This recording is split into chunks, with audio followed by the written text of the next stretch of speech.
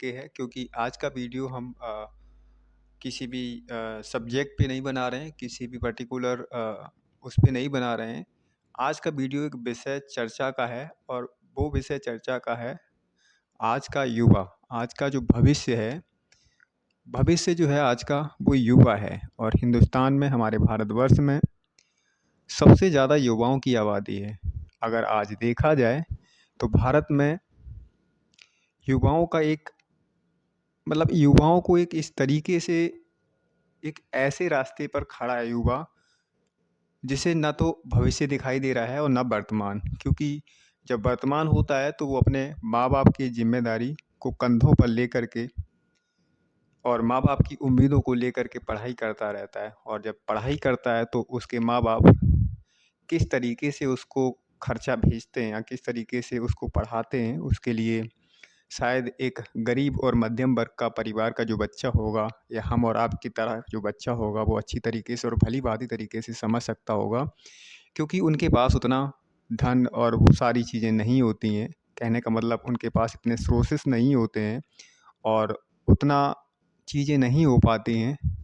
लेकिन जब हम अमीरों की बात करें तो अमीरों के घर बड़ी-बड़ी गाड़ियाँ, बड़े-बड़े खर्चे होते हैं और बच्चे भी अच्छे-अच्छे स्कूलों में पढ़ते हैं। लेकिन हम गरीबों की बात करें तो गरीबों में ऐसा कुछ भी नहीं होता है। एक टूटा-फूटा घर होता है, एक अ, किसान जो मध्यम वर्ग के लोग होते हैं और उनसे भी नीचे लोग होते हैं मज़दूर, जो कि अपना मज़दूरी करके गुज़ारा करते हैं और उनका भी एक सपना होता है कि उनकी जो ज़िंदगी है वो कट गई, लेकिन उनके बच्चों की जो कि ज़िंदगी है वो कुछ अच्छी-सी बेहतर हो जाए।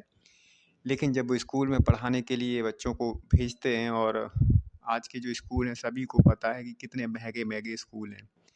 तो कुल मिला के मुद्दा ये है कि आज का जो युवा है वो बहुत बुरी तरीके से दो राहे पर खड़ा हुआ है, क्योंकि जब वो पढ़ लिख कर के जाता है और जब रोज़गार की तलाश में जाता है तो उसके ऊपर एक बहुत बड़ी ज़िम्मेदारी होती है। ज़िम्मेदारी उसके ऊपर ये होती है कि उसके परिवार में जो माँ-बाप होते हैं वो एक बड़ी मेहनत से उसको पढ़ाते हैं और लिखाते हैं।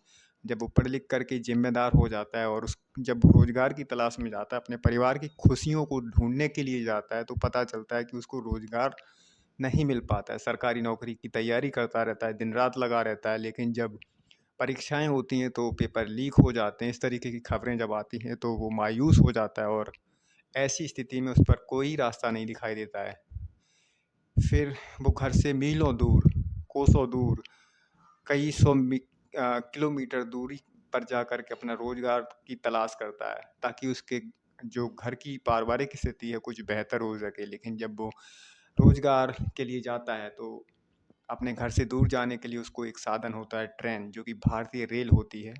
और भारतीय रेल में जब वो सवार होता है पहली बार में, तब उसे पता चलता है कि भारतीय रेल के अंदर भी कई तरीके के लोग होते हैं। जैसे जिसमें एसी भी होता है, स्लीपर क्लास भी होता है, AC first, second, third, sleeper और जनरल। जब वो जनरल में जाता है और देखता है कि एक तरफ तो भेड़-बकरियों की तरह लोग भरे पड़े हुए हैं और वहीं दूसरी तरफ एक एसी क्लास का डब्बा है जिसमें एक सीट पर एक व्यक्ति लेटा हुआ है और जबकि दूसरा जनरल में भेड़ बकरियों की तरह लोग भर करके जाते हैं, तो समझता है कि दुनिया कैसी है। तो वाकई आज हमारे देश में इस चीज़ पर विचार करने का बहुत ही ज़रूरत है, क्योंकि युवा जो है देश, किसी भी देश का युवा जो है उस देश की शक्ति होती है। और आज हमारे देश का जो युवा है वो भटक रहा है, दर-बदर की ठोकर खा रहा है और वो अपने माँ-बाप की ज़िम्मेदारी जब होती है, तो जब वो अपनी अ, खुशियों को पाने के लिए बाहर जाता है तो पता चलता है कि 10 या 12 हज़ार की नौकरी, जिसमें भी 8 से 10 घंटे की नौकरी करके बेचारा, और जब 6 महीने साल भर काम करता है तो कुछ थोड़ा बहुत पैसा जुटा करके जब वो अपने घर को वापस जाता है तो उसी ट्रेन में उसे जाने का मौका मिलता है जिसमें वो भेड़-बकरियों की तरह भर कर के आया है होता है।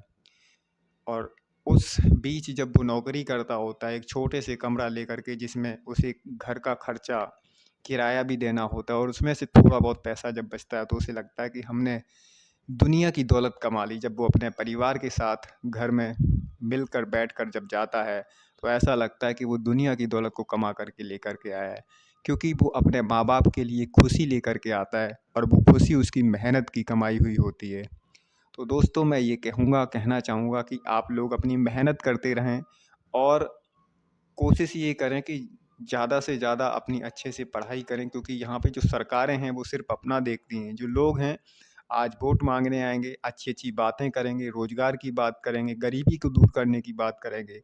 मुझे ये नहीं लगता है कि जब से देश के अंदर चुनाव होते हैं, जब से देश आज़ाद हुआ है और तब से जितने भी नेता, सांसद और विधायक बनते हैं, वो हर आदमी गरीबी को दूर करने की बात करता है।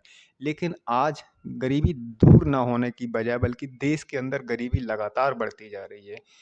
इतनी महँगाई हो रही है कि लोगों को अपना जीवन यापन करना बहुत मुश्किल की बात हो गई है। तो मुझे लगता है कि इस पे देश के अंदर जो बैठे लोग, अ, सरकार में बैठे लोग, विपक्ष में बैठे लोग इस पे थोड़ा-सा ध्यान दें, ताकि देश का युवा जो है बेरोज़गारी की अ, तरफ बहुत बढ़ता चला जा रहा है और उसके पास कोई लाचारी के अलावा कोई दूसरा चारा नहीं होता है। और दूसरा, जब वो पूरी तरीके से बेबस हो जाता है, उसको लगता है कि अब हम कुछ नहीं कर सकते हैं, तो ऐसे में बहुत सारे बच्चे हमने देखा है कि सुसाइड भी कर लेते हैं।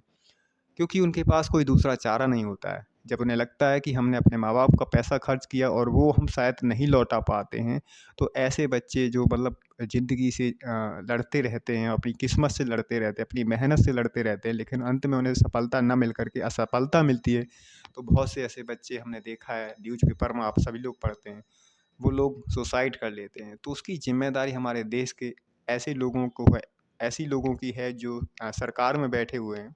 और इस पे बहुत एक बड़ा क्वेश्चन मार्क ये आ जाता है कि देश में इतनी बड़ी बेरोज़गारी का जो आलम है, उसका कारण क्या है? क्या उसका रीज़न है? जब देश के अंदर कोई भी मंत्री या विधायक जब अपनी रैली करता है, या कोई प्रधानमंत्री हो या मुख्यमंत्री हो, रैलियाँ जब करते हैं, चुनाव की रैलियाँ करते हो, इतना पैसा खर्च कर देते हैं जो कि जनता का पैसा होता है, टैक्स का पैसा होता है, हम और आपका पैसा होता है। काश अगर वो पैसा विकास के स्तर पे लगाया जाए, तो शायद उन लोगों को चुनाव की रैली, इतनी बड़ी-बड़ी रैलियाँ ना करने की ज़रूरत पड़े। क्योंकि देश का पैसा जो है वो चुनाव की रैलियों में खर्च तो किया जाता है, लेकिन विकास के नाम पर खर्च नहीं किया जाता है। तो हम और सब आप सजग हैं, देख कर के चलें, और मैं आशा करता हूँ कि इस बात पे लोग ज़रूर अपनी प्रतिक्रिया करें, क्योंकि हम ये वीडियो एक केवल लाइक के लिए नहीं बना रहे हैं। लाइक करो या मत करो, वीडियो को शेयर करो या मत करो, लेकिन ये हकीकत है, ये देश की सच्चाई है, क्योंकि देश का युवा बहुत ऐसे रास्ते पर खड़ा हुआ है। आज हम देखते हैं कि लोग मतलब गरीबी में मतलब घर से अपने बाहर आते हैं, कुछ 4 पैसे कमाने के लिए आते हैं, लेकिन वो भी रोज़गार उनको नहीं मिल पाता है। दर-बार भटकते रहते हैं। तो गरीबी, आप अभी बहुत से लोगों ने गरीबी हकीकत में नहीं देखी है। गरीबी एक ऐसा अभिशाप है जिससे इंसान इंसान को इंसान से दूर कर दिया जाता है। इंसान को इंसान नहीं समझा जाता है। एक इंसान दूसरे इंसान से नफ़रत की भाव के से देखता है। अगर कोई गरीब व्यक्ति अमीर व्यक्ति के पास खड़ा आ जाए, तो उसको ऐसा लगता है कि ये मतलब पता नहीं किस ग्रह से आ गया हो। तो ऐसा बिहेव किया जाता है गरीबों के साथ। जैसा कि अंग्रेज़ भी नहीं करते होंगे। आज हमारे देश में गरीब और अमीर के बीच में इतनी बड़ी खाई हो गई है। केवल हम सोशल मीडिया पे देखते हैं, अन्य चीज़ों पर देखते हैं कि गरीबों की सहायता लोग करते हैं, लेकिन हकीकत में ऐसा बिल्कुल नहीं होता है। हकीकत कुछ और है, और हमें और आपको इस हकीकत को बदलना है और इस धरातल पर खुशहाली लाना है। हम धर्म के नाम पर नहीं बटेंगे, केवल हम और इंसान हैं। सबसे पहले हम इंसान हैं, उसके बाद हम भारतीय, उसके बाद हम कुछ और हैं। और उसके लिए हमें अपने देश को आगे बढ़ाने के लिए तत्पर रहना है। तो साथियों, अगर आपको ये वीडियो अच्छा लगे, तो आप कमेंट ज़रूर करें और कमेंट बॉक्स में